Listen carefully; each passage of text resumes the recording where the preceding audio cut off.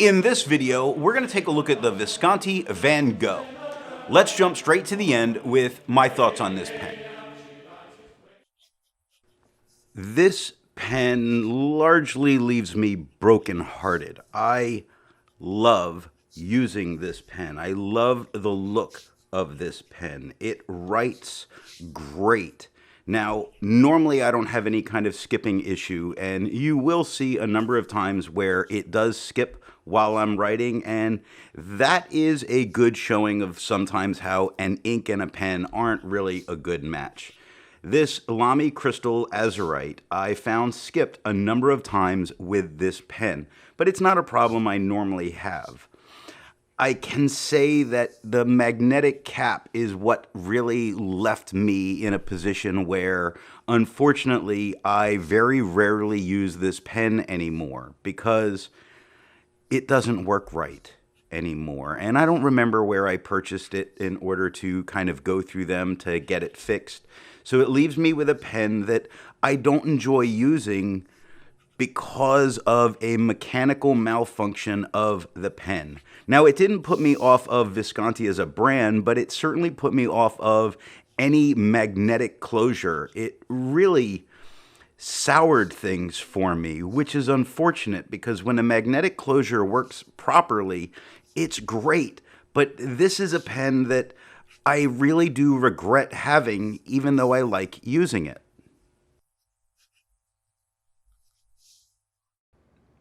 Now that we know how I feel about the Visconti Van Gogh, let's see how I got to that opinion, starting with the unboxing. The Visconti Van Gogh came in a box like this, which held a box like this.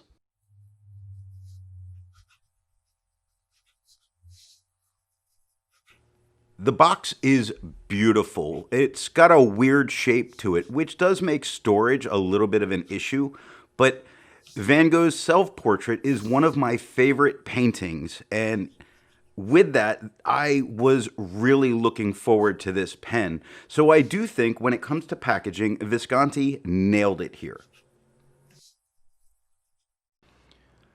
With the pen out of the box, we need to get to the nib.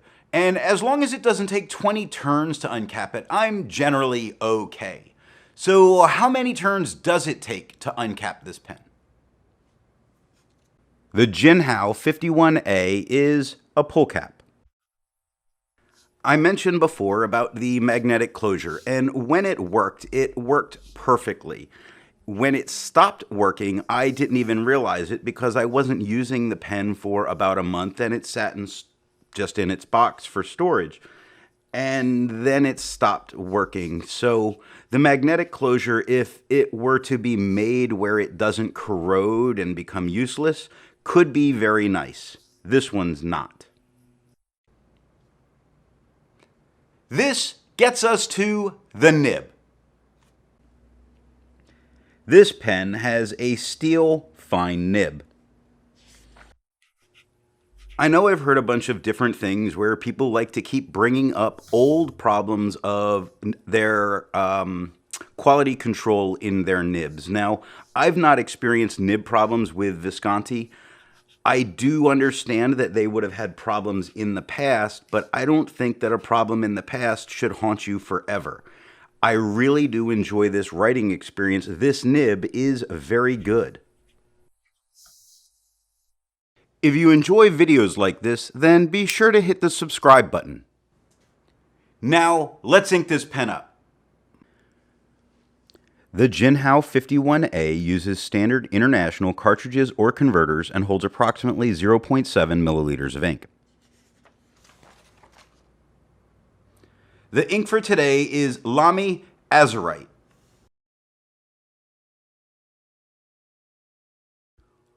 While it uses a standard international cartridge or converter, it is nice that Visconti has their own, and I would really recommend that if for some reason your pen doesn't come with a converter, getting a Visconti converter. I've found that the ones made by the pen manufacturer tend to work better than the generic ones that you can get online.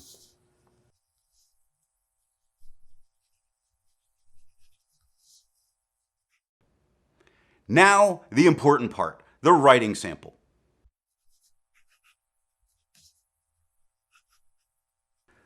The only issue that I do find sometimes while writing is the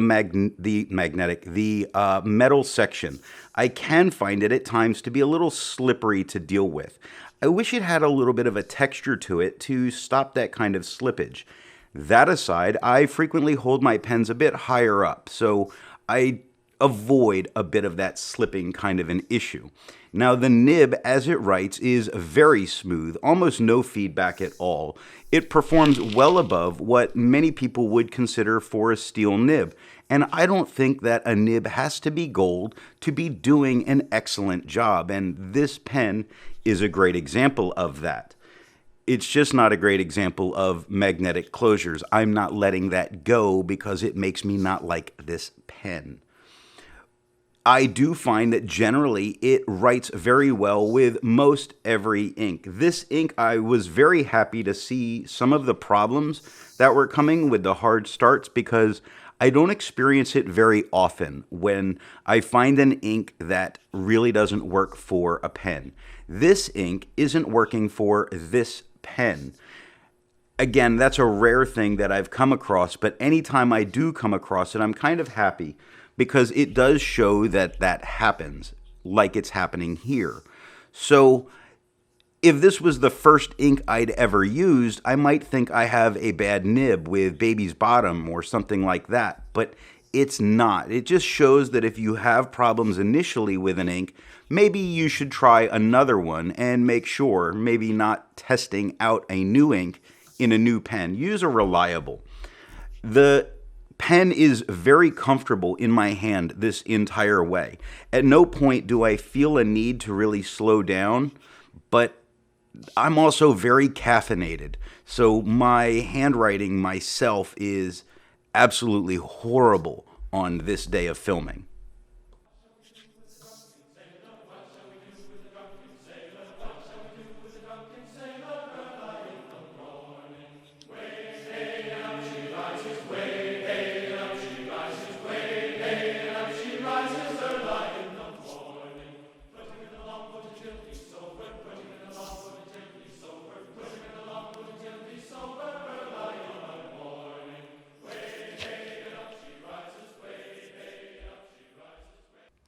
Now for something a bit more standard in comparing writing size. I use Mnemosyne Blue to do this. Here's how it compares to a Jowo Extra Fine on the left, a medium in the middle, and a 1.1 stub on the right. It's nice that Visconti's nibs can be very predictable in their line width, at least in my experience. A medium gives you a medium as you would expect, and now their broads, it'll give you a broad, but I have my broad on the Medici is a little stubby, which I don't mind stub nibs. It's just something to think about that I've heard their broads are a bit stubby. But I like that their nibs are on in size. But how does this one compare to other nibs I've used? Looking at the writing of a Jinhao 51A with a fine nib, here it is next to a TWSBI Vac Mini with a fine nib, a TWSBI Mini with a fine nib, a Kaweco 475 with a Vintage Flex fine nib, a Hero 7035 with a fine nib, and a Waterman Graduate also with a fine nib.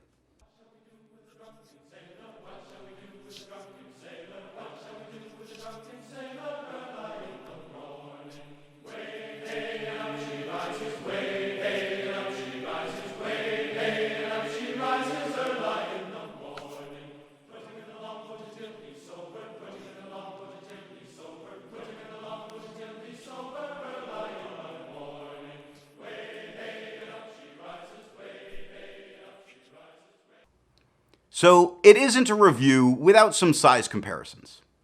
Here it is capped. Here it is uncapped. And here it is posted. I would call this a very average size pen, both in length and in girth, which is a very good thing, being that you can find cases for the pen to go in without any kind of a problem. If you're using a very large or very oversized pen, then finding cases can be difficult. It also fits into your pockets without any kind of a problem, which in daily use and living is its own advantages. At this point, we have a dirty pen that we need to clean.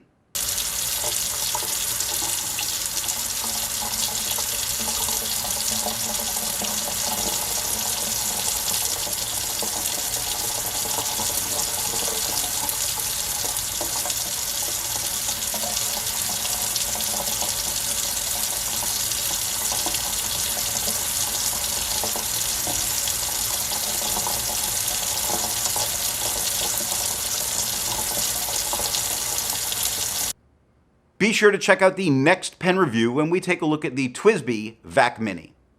If you want to be able to support not just my channel, but any reviewer, then when you make a purchase, be sure to tell that retailer where you heard about it. Thanks for watching.